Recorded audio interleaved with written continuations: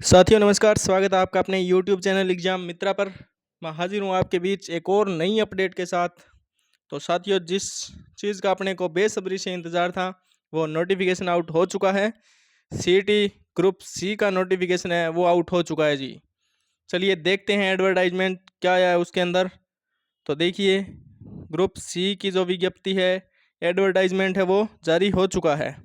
तो जानते हैं उसकी कुछ महत्वपूर्ण तिथियों के बारे में कि कब कब है ये, किस डेट को क्या कुछ होना है। तो चलिए देखते हैं दोस्तों जी। देखिए 26/5/2025 को ये नोटिफिकेशन आउट हुआ है और रजिस्ट्रेशन जो आपके शुरू हो रहे हैं वो हो रहे हैं जी 28 तारीख से।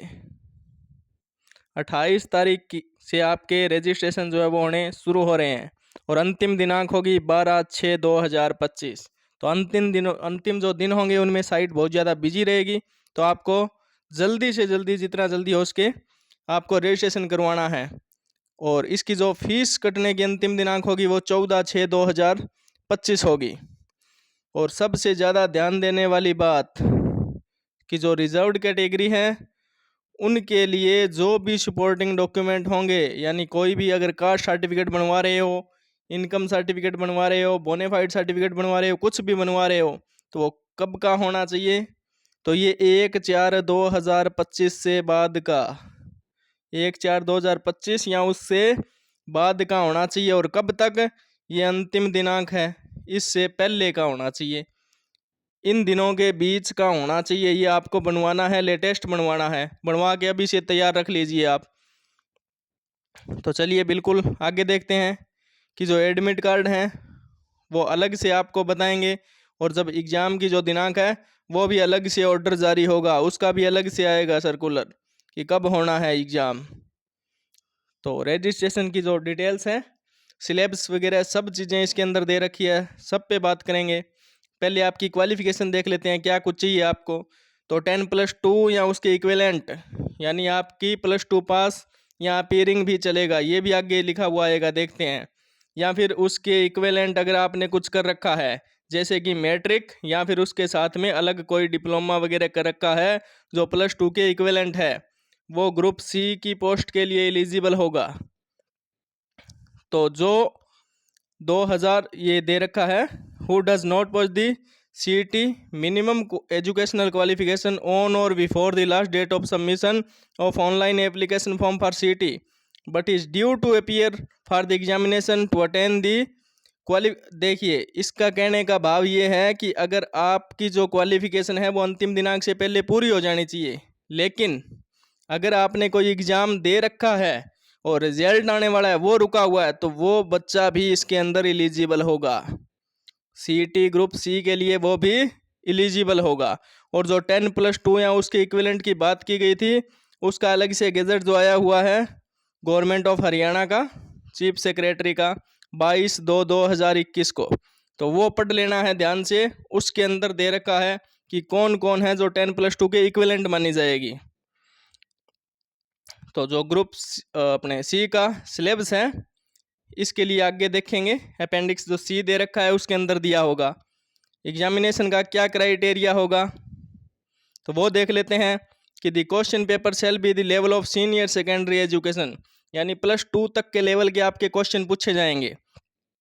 10+2 level except for the subject of Hindi and English, यानी इन दोनों को छोड़कर बाकी सबके 10+2 तक का सिलेबस आएगा। और ये जो आएगी हिंदी और इंग्लिश, ये मैट्रिकुलेशन के लेवल तक की आएगी, 10वीं तक के लेवल की आएगी। तो इसके अंदर कुल आपके 100 क्वेश्चन आएंगे और 100 ही नंबरों के होंगे। टाइम आपको 1 घंटे और 45 मिनट का मिलेगा।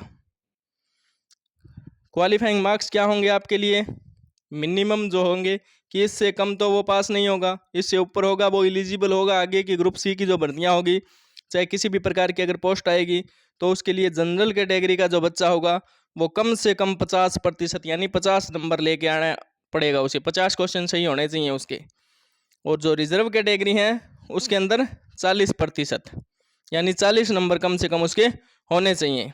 All question shall be compulsory, जितने भी क्वेश्चन आएंगे सारे के सारे अनिवार्य होंगे, आपको करने ही पड़ेंगे। क्वेश्चन पेपर शैल बी बिलिंगुअल, यानी दोनों लैंग्वेज के अंदर आएगा, इंग्लिश के अंदर भी और हिंदी के अंदर भी आपका पेपर आएगा। एंड ऑफलाइन, ये ऑफलाइन होगा OMR बेस्ड। तो चलिए आगे देख लेते हैं। For every question the candidate will be provided 4 options to choose from in the question paper. आपके लिए 4 ऑप्शन होंगे जिसमें से आपको चूज करना होगा। आफ्टर हैविंग सिलेक्टेड हिज या हर प्रेफर्ड ऑप्शन, जो भी आप प्रेफर करोगे ऑप्शन को, every candidate shall need to fill the corresponding circle in the OMR sheet. जो OMR सीट के अंदर सर्कल दिया होगा वो आपको भरना होगा। There shall be no negative marking, negative marking इसके लिए नहीं होगी। For a wrong option having been filled, अगर आप गलत ऑप्शन का जो अपने भरते हो तो आपके लिए नेगेटिव मार्किंग नहीं होगी। In case a candidate does not wish to attempt a question, अगर आपकी इच्छा है कि आप कोई भी क्वेश्चन है उसे अटेम्प्ट ही नहीं करना चाह रहे हैं तो क्या करना होगा। ही या she will need to fill in the 5th circle या bubble in the OMR sheet. तो OMR सीट के अंदर 5वां ऑप्शन भी दिया होगा, वो आपको भरना ही होगा, अनिवार्य है ये। Failure to do shall result in deduction of 1 mark. In other words, for every unattempted question there shall be negative marking of -1 mark. अगर आप वो 5वां जो बॉक्स दिया होगा वो नहीं भर के आओगे, यानी कोई क्वेश्चन अटेम्प्ट नहीं कर रहे हो, तो उसके अंदर अगर 5वां भी नहीं भर रहे हो तो आपका 1 नंबर कटेगा एक क्वेश्चन का, ठीक है ना। तो चलिए आगे देख लेते हैं सेंटर। तो ये तो जब एडमिट कार्ड आएगा तब उसके अंदर आएंगे। Centre once allotted as per admit card, पर जब एक बार आपको सेंटर अलॉट हो जाएंगे तो वो बाद में चेंज नहीं हो सकते। एज लिमिट क्या रहेगी जी, 18 साल से कम नहीं होना चाहिए और 42 साल से अधिक नहीं होना चाहिए। द एज रिलैक्सेशन जो है eligible candidate shall be as per Haryana government instructions number. जो ये ऑर्डर आया हुआ है हरियाणा गवर्नमेंट का, जो रिजर्व कैटेगरी के लिए है, कि उनके लिए जितनी उम्र की छूट है अपेंडिक्स डी के अंदर जो दिया हुआ है उसके अनुसार बाकी कैटेगरी को या कोई भी दिव्यांग है उसके लिए जो छूट दे है वो दे होगी। बाकी जो जनरल कैटेगरी का है वो 18 से 42 की उम्र का होना चाहिए, इसके बीच में।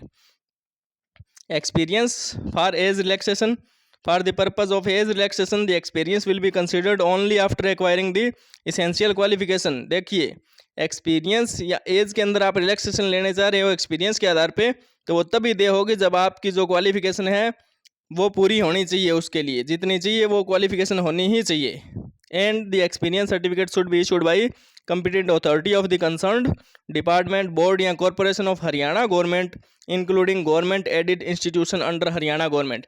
तो देखिए जो आप एक्सपीरियंस सर्टिफिकेट इसके अंदर ऐड कर रहे हो, लगा रहे हो, उसके अंदर क्या होना चाहिए, वो किसका होना चाहिए, हरियाणा गवर्नमेंट या फिर हरियाणा गवर्नमेंट के जो एडेड इंस्टीट्यूट है, संस्था है, उसका ही दे होगा, उसका ही मान्य होगा ये। तो designation, date of joining, period of service, date of issuance of the certificate of concerned post shall be clearly mentioned in the experience certificate के अंदर ये सारी चीज़ें मेंशन होनी चाहिए कि किस पद पे काम किया, ज्वाइनिंग कब हुई, कितने पीरियड के लिए किया आपने किया, ठीक है ना। वो सारी चीज़ें उसके अंदर होनी चाहिए और उस परफॉर्मा जो है वो दे रखा है एनेक्सर 1 के अंदर, आपको आगे मिल जाएगा ये। तो रिजर्वेशन क्या है, जब अपने नई कैटेगरी भी बनाई है अब DSC और OSC जो है उनके लिए, the candidate will need to fill the required particular till closing date से पहले आपको ये भरना होगा। No change of particular at the any stage shall be entertain. The benefit of reservation will be given only to those DSC और OSC BCA जो non creamy layer के अंदर है, BCB जो नॉन क्रीमी लेयर के अंदर है, EWS है, ESP की है, जो भी आपका एक सर्विसमैन है, PWD की है, ESM की है, who are bonafide residents of state of Haryana, जो हरियाणा राज्य के ये हैं, चाहे वो BCA का है या किसी भी रिजर्व कैटेगरी के अंदर आ रहा है, चाहे वो EWS है, कोई स्पोर्ट्स पर्सन है, कोई PWD का है या एक सर्विसमैन है, वो हरियाणा गवर्नमेंट हरियाणा के अंडर ही होना चाहिए। बोनाफाइड रेजिडेंट यानी यहीं का ही स्थायी निवासी होना चाहिए। The reserved category candidate belonging to other state will be considered as a general category candidates, यानी जो अदर स्टेट के अगर कोई आवेदन करना चाह रहा है तो उन्हें कैटेगरी का लाभ दे नहीं होगा, वो सारे के सारे जनरल कैटेगरी के अंदर ही गिने जाएंगे। तो चलिए आगे देख लेते हैं। ये BCA नॉन क्रीमी लेयर और BCB non creamy layer.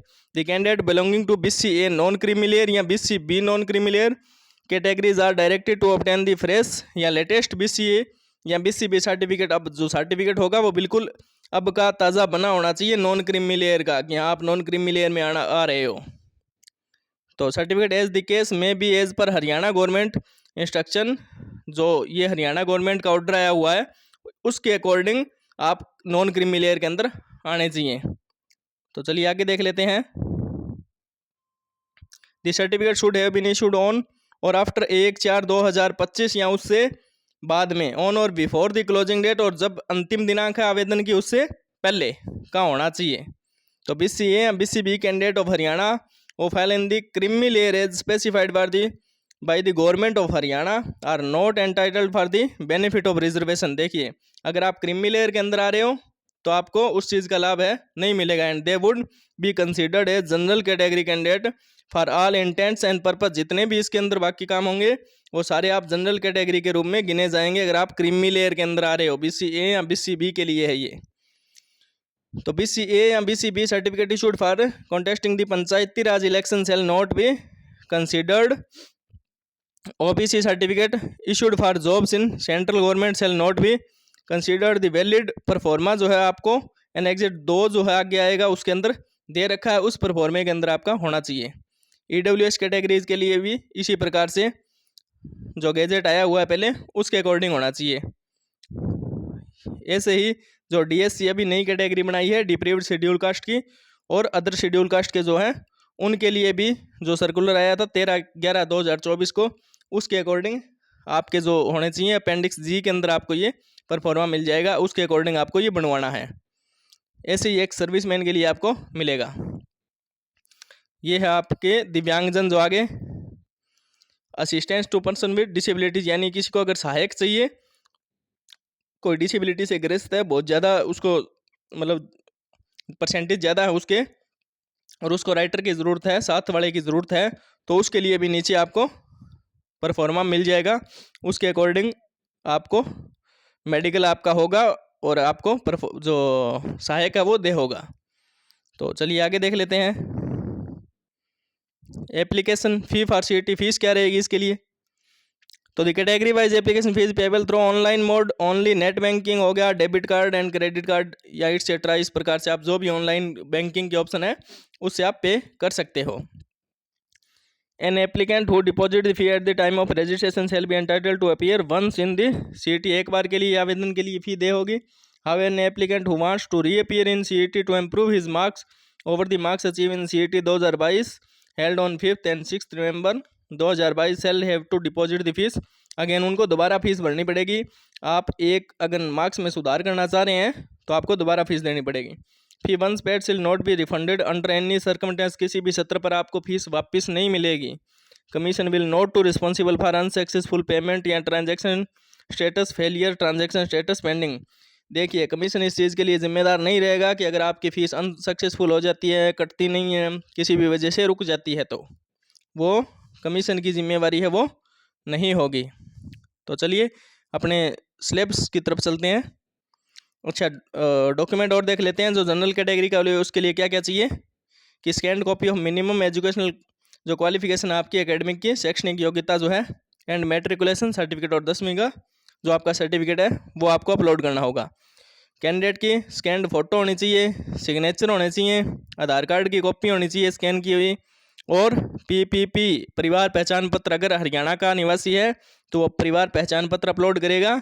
If applicable यानी हरियाणा का है तो करना है, नहीं तो नहीं करना है दूसरे को, वो जनरल कैटेगरी में गिने जाएंगे। और अंडरटेकिंग आपको देनी पड़ेगी। जो एनेक्सर आपको 7 आगे मिलेगा वो आपको भर के सेल्फ डिक्लेरेशन होगी, वो अंडरटेकिंग है, वो आपको अपलोड करनी पड़ेगी। ऐसे ही डिप्रीव्ड शेड्यूल कास्ट के जो हैं या अदर शेड्यूल कास्ट के हैं उनके लिए भी इसी प्रकार से डॉक्यूमेंट है। मिनिमम एजुकेशनल जो आपकी एकेडमिक क्वालिफिकेशन होगी, मैट्रिकुलेशन सर्टिफिकेट है, फोटोग्राफ है, सिग्नेचर है, आधार कार्ड है, परिवार पहचान पत्र है और हरियाणा बोनेफाइड रेजिडेंट सर्टिफिकेट इनको चाहिएगा। अगर आप कैटेगरी का लाभ ले रहे हो तो आप हरियाणा के स्थायी निवासी होने चाहिए और आपको ये बोनेफाइड सर्टिफिकेट भी अपलोड करना पड़ेगा।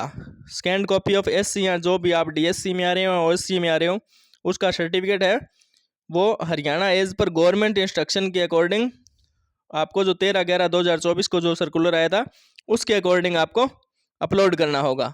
Any other reservation certificates if applicable, अगर आप और कोई कैटेगरी का लाभ ले रहे हो किसी प्रकार का तो उसका भी आपको सर्टिफिकेट है वो अपलोड करना होगा। और अंडरटेकिंग तो सभी को देनी ही देनी है। तो ऐसे ही BC-A के लिए है, BC-B के लिए है, EWS के लिए आ गया एलिजिबल स्पोर्ट्स पर्सन जो है, या एक्स सर्विसमैन है, डिसेबल्ड एक्स सर्विसमैन है जो दिव्यांग है, family member of disabled ex serviceman का कोई दिव्यांग अगर फैमिली मेम्बर है उसके लिए डॉक्यूमेंट आ गए, family member of ex serviceman का कोई परिवार का सदस्य है उसके डॉक्यूमेंट आ गए, dependent of freedom fighters, person with benchmark disabilities जो है अपनी 21 प्रकार की, उनके आगे एडॉक कॉन्ट्रैक्ट या वर्क चार्ज जो भी आप हरियाणा गवर्नमेंट के अंडर काम कर रहे हो, एडॉक पे कर रहे हो, कॉन्ट्रैक्ट पे कर रहे हो, किसी प्रकार से कर रहे हो और आप एज रिलैक्सेशन छूट लेना चाह रहे हो तो उसके लिए अलग से डॉक्यूमेंट अपलोड करने होंगे। तो चलिए आगे देख लेते हैं।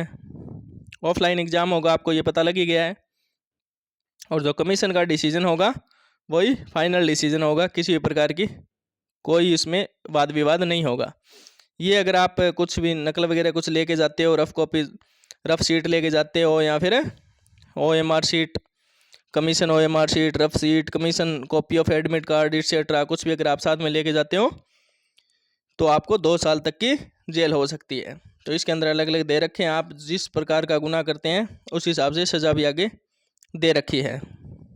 डैमेजिंग एग्जामिनेशन रिलेटेड इंफ्रास्ट्रक्चर या इक्विपमेंट, अगर आप वहाँ के उपकरण हैं, वहाँ के संसाधन हैं, अगर आप उनको डैमेज करते हो तो आपको 3 साल तक की जेल हो सकती है। Appearing in the exam with forget admit card identity proof, या आप किसी का नकली अगर आधार कार्ड या कुछ लेके जाते हो तो 5 साल तक की हो सकती है। Using unfair means in the examination hall like कॉपिंग हो गया, चीटिंग वगैरह फ्रॉम एनी मटेरियल और फ्रॉम एनी कैंडिडेट, किसी अगर कैंडिडेट से आप नकल कर रहे हो या फिर चीटिंग लेके जा रहे हो, कोई मटेरियल साथ में लेके जा रहे हो तो आपको 5 साल तक की जेल हो सकती है। तो ये अलग अलग आपने जो दे रखे हैं ध्यान से देख लेने हैं, आपको ऐसा काम करना ही नहीं है। बेड आइटम्स जो रोक रहेगी पेपर के अंदर लेके जाने में, उसके बारे में भी यहाँ दे रखा है कि any items like textual material, जो आपका लिखा हुआ कोई मटेरियल है चाहे वो प्रिंटेड है या फिर रिटन है, बिट्स ऑफ पेपर हो गया, ज्योमेट्री पेंसिल बॉक्स हो गया, प्लास्टिक पाउच हो गया, calculator, pen, scale, writing pad, pen drive, eraser, calculator, log table, electronic pen, scanner etcetera, ये कुछ भी ले जाने पे आपको रोक रहेगी, ये कुछ भी एग्जाम हॉल के अंदर आपको नहीं लेके जाना है। एनी कम्युनिकेशन डिवाइस बात कर सकें जिससे लाइक मोबाइल हो गया, mobile phone, Bluetooth, earphone, microphone, pager, health band, जो भी आप लेके जाते हो जिससे आप कम्युनिकेशन कर सकें, ऐसी चीज़ें आपके पास नहीं होनी चाहिए।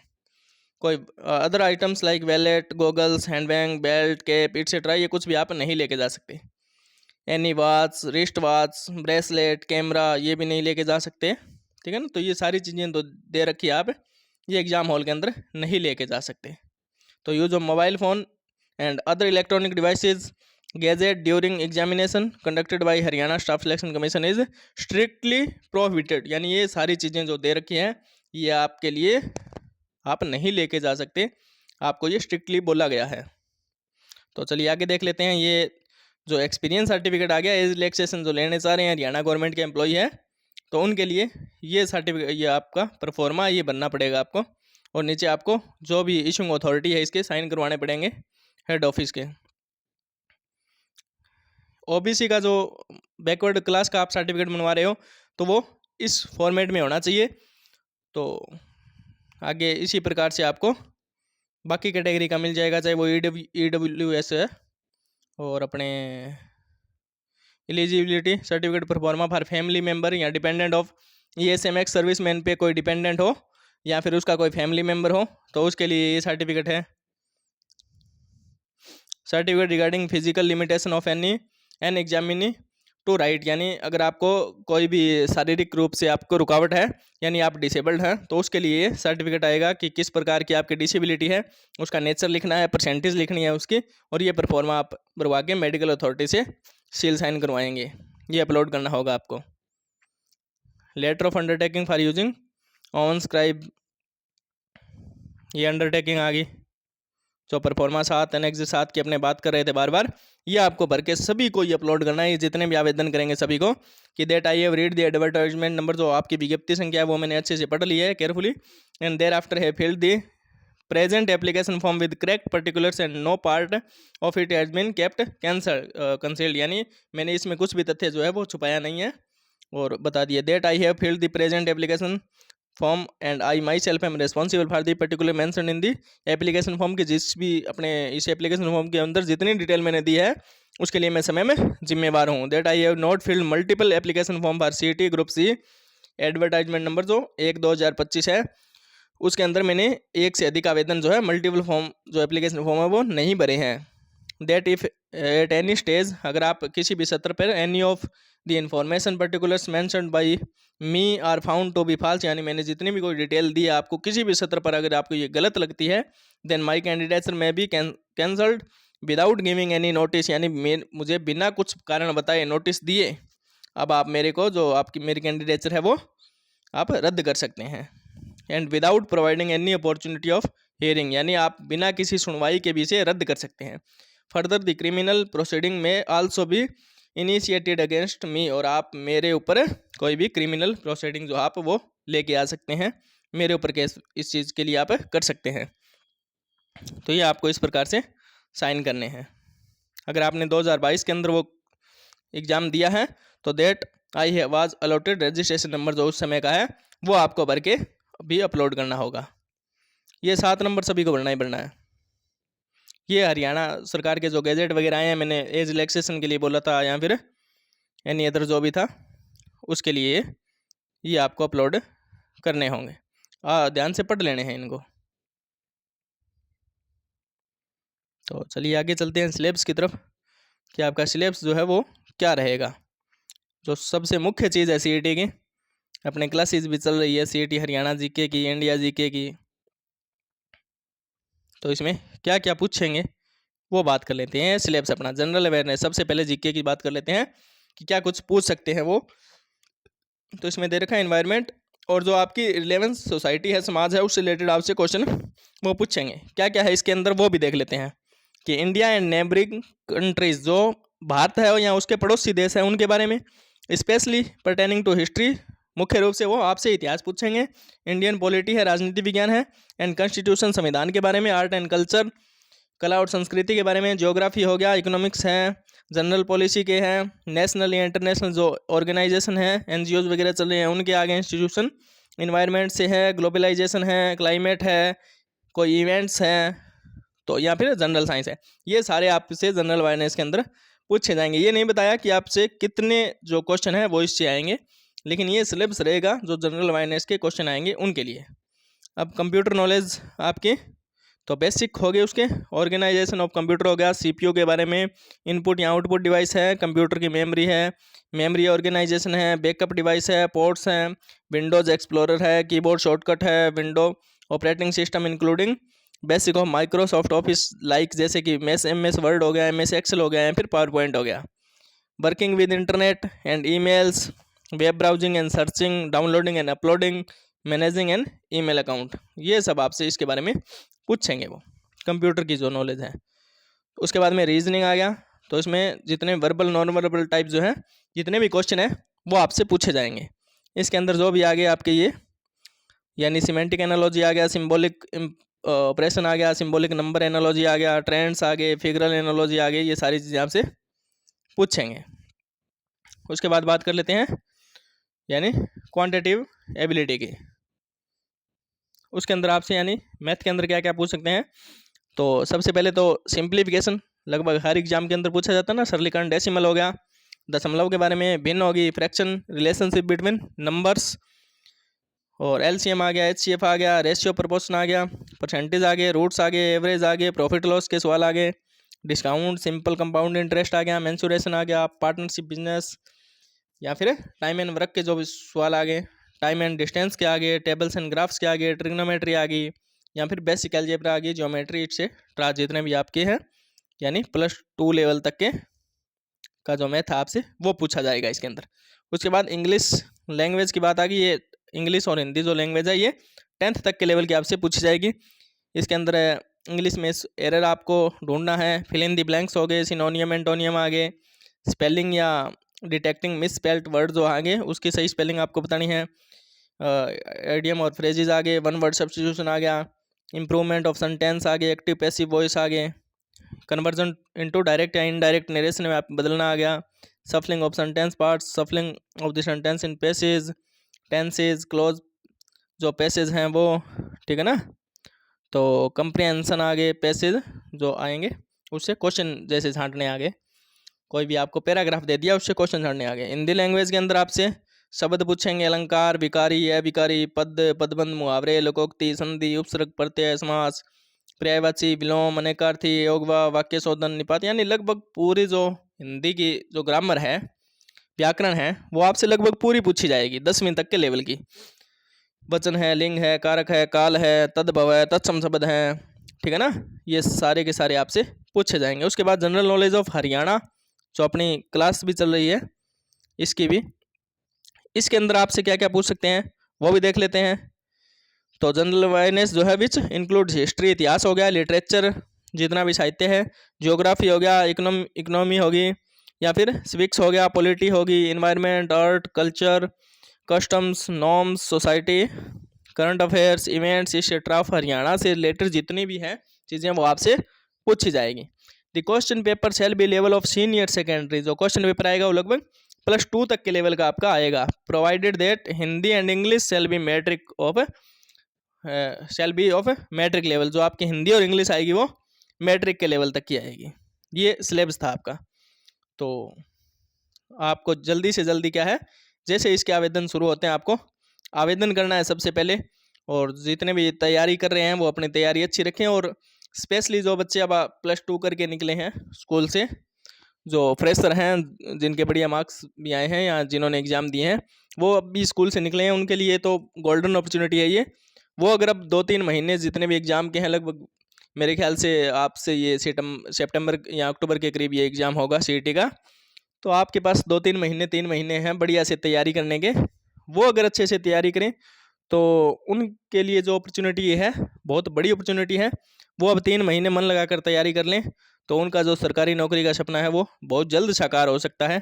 जो बच्चे पीछे से तैयारी कर रहे हैं, काफ़ी लंबे समय से तैयारी कर रहे हैं, उन्होंने भी रात की सांस ली होगी। वो काफ़ी समय से इसका इंतज़ार कर रहे थे कि कब CET हो, कब आगे कोई पोस्ट आए। तो उनके लिए भी बहुत बड़ी अपॉर्चुनिटी है। तो सभी जितने भी बच्चे हैं जल्दी से जल्दी आवेदन करेंगे और मन लगाकर तैयारी करेंगे।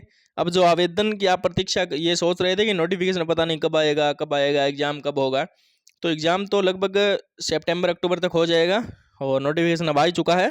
तो इस चीज़ की आपको चिंता छोड़कर बढ़िया तरीके से तैयारी करनी है। सिलेबस भी आपके सामने है, डिटेल्ड सिलेबस, हालांकि ये नहीं है, इसके अंदर नहीं बता रखा डिटेल से कि इससे कितने क्वेश्चन पूछे जाएंगे, या टॉपिक वाइज भी क्वेश्चन नहीं बता रखे हैं।